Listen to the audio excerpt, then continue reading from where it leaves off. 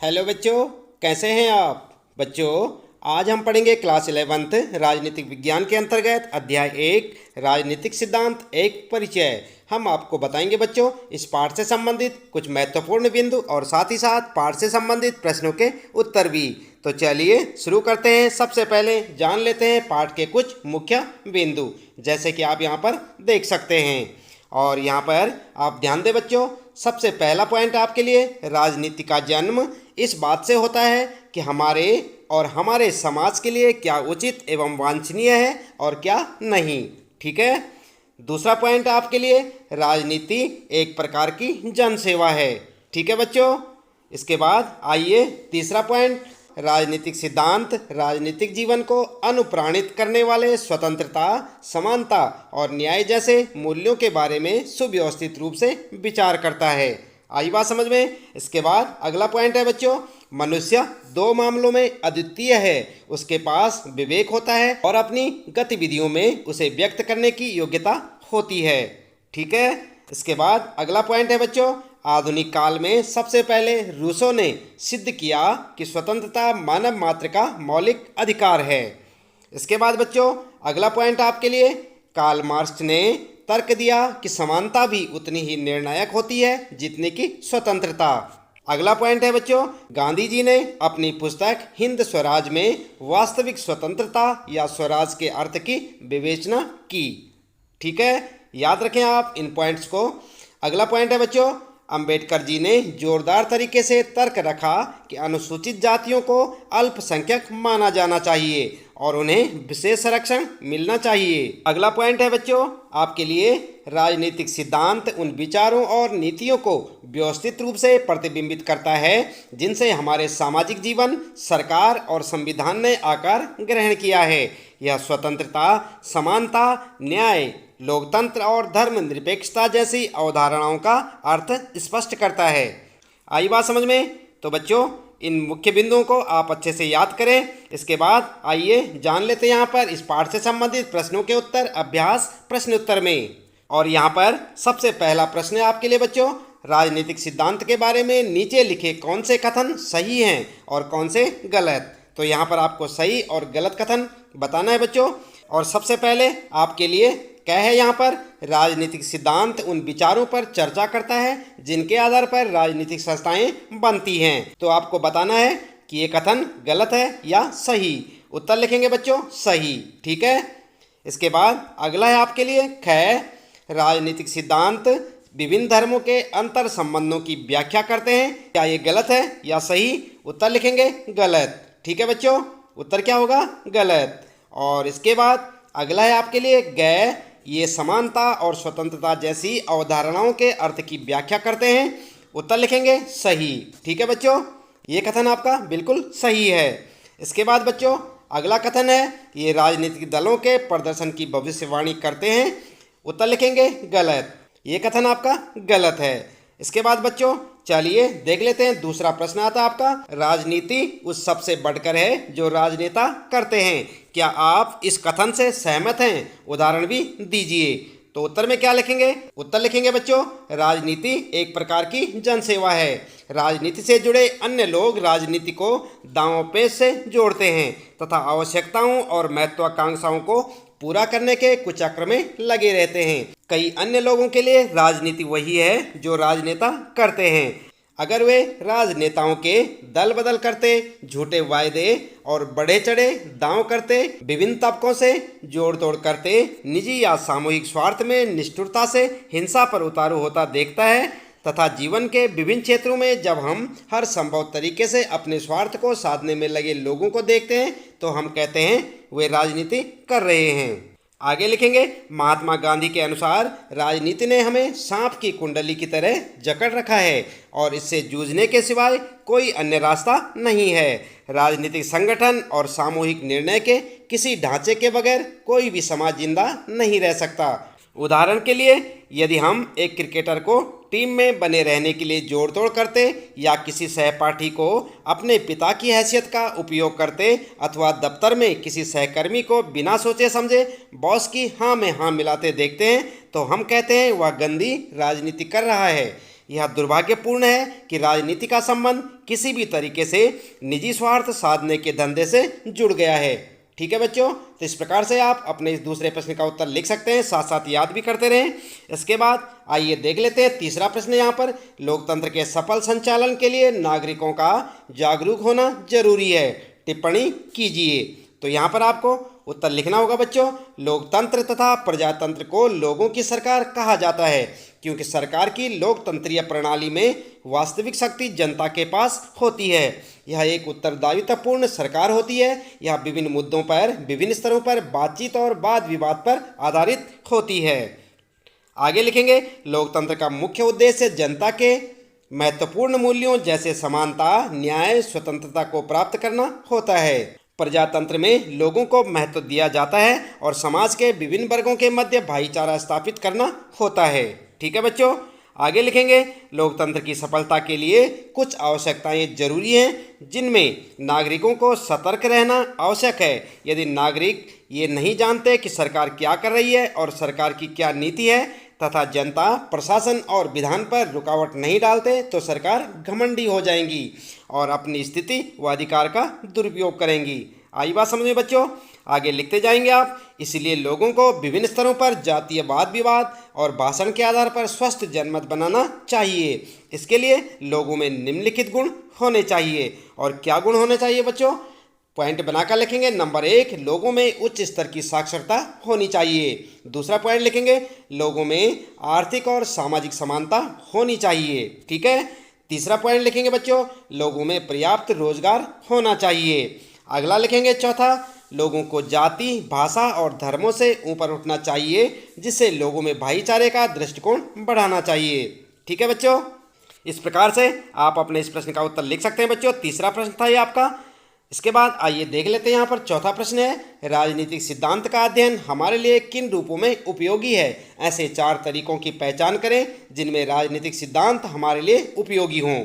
उत्तर क्या लिखेंगे? उत्तर में आप लिख सकते हैं बच्चों, राजनीति में कोई विषय सिद्धांतों के बिना नहीं हो सकता क्योंकि प्रत्येक विषय का अपना एक विषय होता है। सिद्धांत एक सामान्यीकरण है जो संपूर्ण स्थिति की व्याख्या करता है तथा यह सिद्धांत एक विज्ञान व सामाजिक विज्ञान है क्योंकि इसमें राजनीतिक स्तर पर और सामाजिक लोगों के स्तर पर उनका अध्ययन किया जाता है। जिस प्रकार डार्विन का सिद्धांत, न्यूटन का नियम और आर्किमिडीज का सिद्धांत प्रेरणा का स्रोत है, उसी प्रकार सामाजिक विज्ञान, अर्थशास्त्र, राजनीतिक विज्ञान, नागरिक प्रशासन आदि के सिद्धांत होते हैं जो एक यंत्र के रूप में विभिन्न स्थितियों में अध्ययन के रूप में कार्य करते हैं। आगे लिखेंगे, राजनीतिक सिद्धांत का अध्ययन हमारे लिए निम्नलिखित कारणों से उपयोगी है। और क्या कारण है बच्चों? पहला पॉइंट बनाकर लिखेंगे, राजनीतिक सिद्धांत एक समाज को राजनीतिक दिशा प्रदान करता है। दूसरा पॉइंट लिखेंगे, राजनीतिक सिद्धांत समाज को बदलता है। तीसरा पॉइंट लिखेंगे बच्चों, राजनीतिक सिद्धांत समाज को गतिशील एवं आंदोलनकारी बनाता है। इसके बाद चौथा पॉइंट लिखेंगे, राजनीतिक सिद्धांत समाज को आगे बढ़ने के लिए प्रेरणा का कार्य करता है। पांचवा पॉइंट लिखेंगे बच्चों, ये सिद्धांत समाज में सुधार लाने का कार्य करता है। अगला है फिर, राजनीतिक सिद्धांत सामान्यीकरण साधन और अवधारणा प्रदान करता है जो समाज में प्रभावी प्रवृत्तियों को समझाने में सहायता करता है। सातवां पॉइंट है बच्चों, राजनीतिक सिद्धांत राजनीतिक विचार और संस्थाओं के मौलिक ज्ञान को प्राप्त करने में सहायता करते हैं। ठीक है, इस प्रकार से आप अपने इस प्रश्न का उत्तर लिख सकते हैं बच्चों। चौथा प्रश्न था आपका। इसके बाद आइए देखते हैं पांचवा प्रश्न है, क्या एक अच्छा प्रभावपूर्ण तर्क औरों को आपकी बात सुनने के लिए बाध्य कर सकता है? उत्तर क्या लिखेंगे? उत्तर में लिखेंगे, एक अच्छा प्रभावपूर्ण तर्क औरों की बात सुनने के लिए बाध्य कर सकता है क्योंकि राजनीतिक सिद्धांत प्रभावपूर्ण तर्क पर आधारित होता है। राजनीतिक सिद्धांत उन प्रश्नों का परीक्षण करता है जो समाज से संबंधित और व्यवस्थित विचार होते हैं। ये विचार मूल्यों के विषय में होते हैं जो राजनीतिक जीवन को प्रभावित करते हैं, जैसे स्वतंत्रता, समानता और न्याय। आगे लिखेंगे, राजनीतिक सिद्धांत ऊंचे स्तर पर उन वर्तमान संस्थाओं को देखता है जो पर्याप्त हैं और वे किस प्रकार अस्तित्व में हैं। यह नीति कार्य को भी देखता है ताकि वे लोकतांत्रिक और सही रूप में परिवर्तित हों। ठीक है बच्चों, तो इस प्रकार से आप लिख सकते हैं अपने पांचवें प्रश्न का उत्तर। आइए फिर देखते हैं छठा प्रश्न यहाँ पर, क्या राजनीतिक सिद्धांत पढ़ना गणित पढ़ने के समान है? अपने उत्तर के पक्ष में कारण दीजिए। तो आपको यहाँ पर कारण भी बताना है। उत्तर लिखेंगे बच्चों, राजनीतिक सिद्धांतों का अध्ययन कुछ पहलू में गणित के समान है या पूर्ण रूप से गणित पर आधारित नहीं है, क्योंकि राजनीतिक एक कथन है जो तथ्यों पर आधारित है। राजनीतिक सिद्धांत परिकल्पना का परीक्षण करता है। यह एक तार्किक और विवेकी है। यह गुण समस्याओं और गणितीय समीकरणों में दिखाई देता है। ठीक है, इस प्रकार से आप अपने इस प्रश्न का उत्तर लिख सकते हैं बच्चों। इसके बाद बच्चों आइए देख लेते हैं पाठ से संबंधित कुछ अतिरिक्त प्रश्न और उनके उत्तर। यहाँ पर पहला प्रश्न आपके लिए, राजनीतिक सिद्धांत क्या है? तो उत्तर क्या लिखेंगे आप? आपने पाठ पढ़ लिया होगा बच्चों। उत्तर में लिखेंगे राजनीतिक सिद्धांत यूनानी भाषा के शब्द थेरियो से लिया गया है, जिसका अर्थ होता है पकड़ना या जानना या किसी वस्तु को समझाना। राजनीतिक सिद्धांत विज्ञान व दर्शन का महत्वपूर्ण अंग है, क्योंकि यह सामान्यीकरण और निर्णय पर आधारित है तथा यह राजनीतिक घटना, राजनीतिक व्यवस्था और उसका विश्लेषण है। यह सिद्धांत निश्चित रूप से समाज के लोगों के लिए है, जिससे समाज के लोगों को समर्थन और स्वीकृति प्राप्त होती है। डेविड हेल्ड के अनुसार राजनीतिक सिद्धांत संकल्पना का जटिल जाल है और राजनीतिक जीवन के बारे में सामान्यीकरण है। इसके अंतर्गत विचार, अवधारणा और कथन, स्वभाव, उद्देश्य और सरकार की महत्वपूर्ण विशेषताएं, राज्य और समाज के बारे में तथा मानव जाति के विषय में होते हैं। ठीक है बच्चों, इसके बाद आइए देख लेते हैं। यहाँ पर दूसरा प्रश्न है, राजनीति क्या है? जानते हैं आप क्या है राजनीति? उत्तर लिखेंगे, राजनीति एक प्रकार की जनसेवा है। राजनीति से जुड़े अन्य लोग राजनीति को दांव पेच से जोड़ते हैं तथा आवश्यकताओं और महत्वाकांक्षाओं को पूरा करने के कुचक्र में लगे रहते हैं। कई अन्य लोगों के लिए राजनीति वही है जो राजनेता करते हैं। अगर वे राजनेताओं के दल बदल करते, झूठे वायदे और बड़े चढ़े दावे करते, विभिन्न तबकों से जोड़ तोड़ करते हैं, निजी या सामूहिक स्वार्थ में निष्ठुरता से हिंसा पर उतारू होता देखते हैं तथा जीवन के विभिन्न क्षेत्रों में जब हम हर संभव तरीके से अपने स्वार्थ को साधने में लगे लोगों को देखते हैं, तो हम कहते हैं वे राजनीति कर रहे हैं। महात्मा गांधी के अनुसार राजनीति ने हमें सांप की कुंडली की तरह जकड़ रखा है और इससे जूझने के सिवाय कोई अन्य रास्ता नहीं है।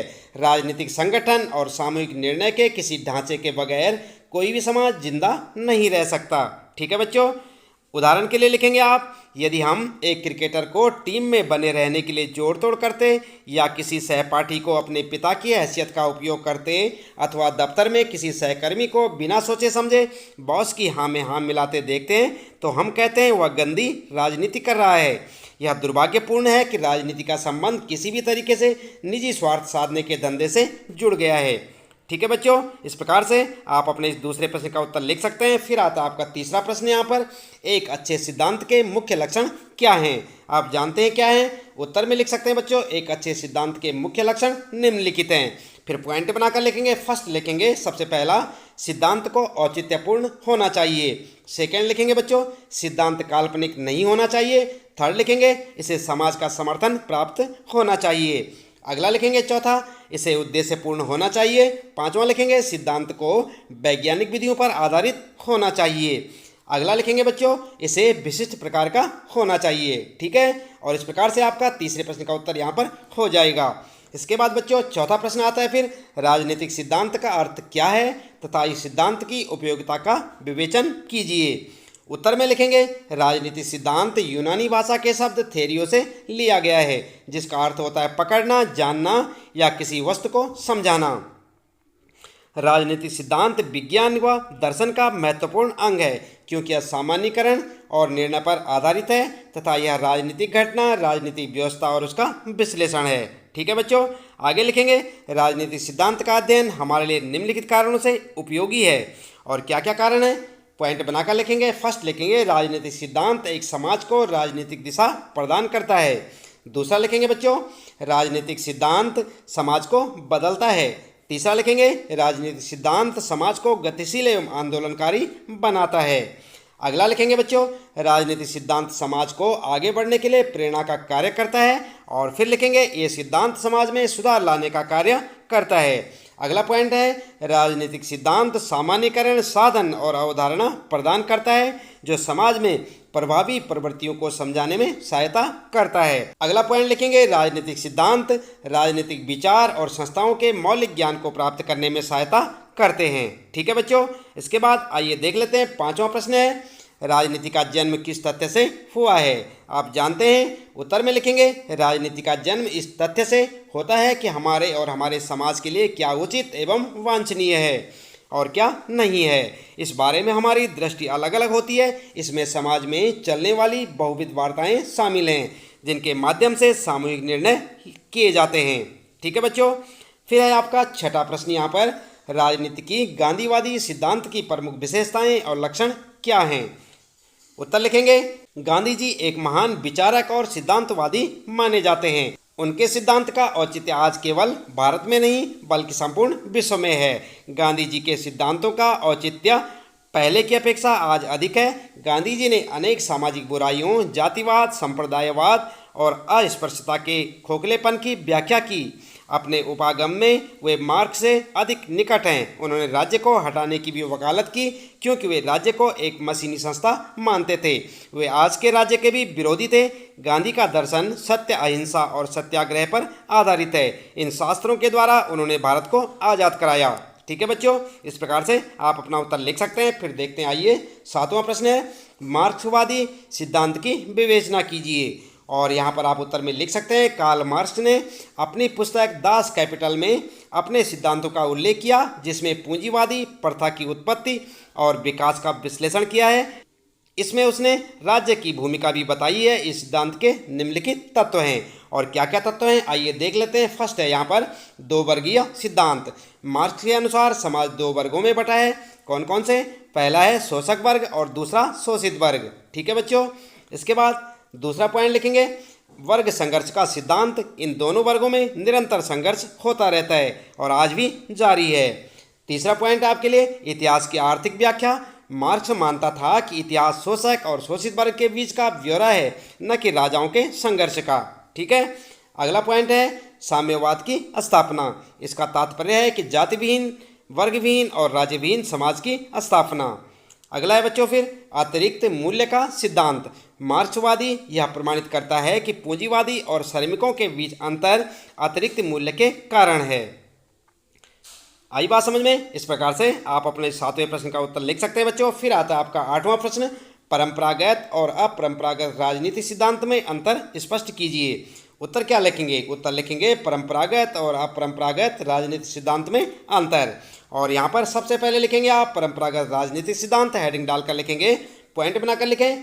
पहला लिखेंगे यह संस्थागत होता है, दूसरा लिखेंगे यह वर्णनात्मक होता है, तीसरा लिखेंगे यह विषयनिष्ठ होता है और चौथा लिखेंगे यह मूल्य पर आधारित होता है। अगला पॉइंट लिखेंगे बच्चों यह दार्शनिक, कानूनी और सुधारात्मक होता है।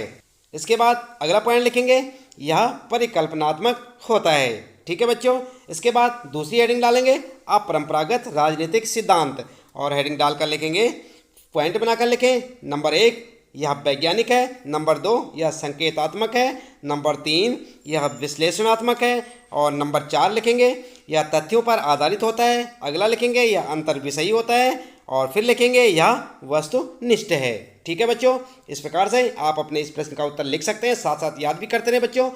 इसके साथ ही इस पाठ से संबंधित प्रश्नों के उत्तर यहाँ पर समाप्त होते हैं। उम्मीद है कि आपको अच्छे से समझ आए होंगे। इसी प्रकार लगातार कक्षा 11 राजनीतिक विज्ञान के सारे पाठों के प्रश्नोत्तर जानने के लिए आप लगातार जुड़े रहें हमारे साथ। यदि आप चैनल में पहली बार आए हैं तो चैनल को सब्सक्राइब अवश्य कर दें, बेल आइकन भी दबा दें बच्चों, ताकि आपको आने वाली प्रत्येक पाठ की वीडियो की नोटिफिकेशन मिलती रहे। मिलते हैं फिर अगली वीडियो में नए पाठ के कुछ नए प्रश्नोत्तरों के साथ।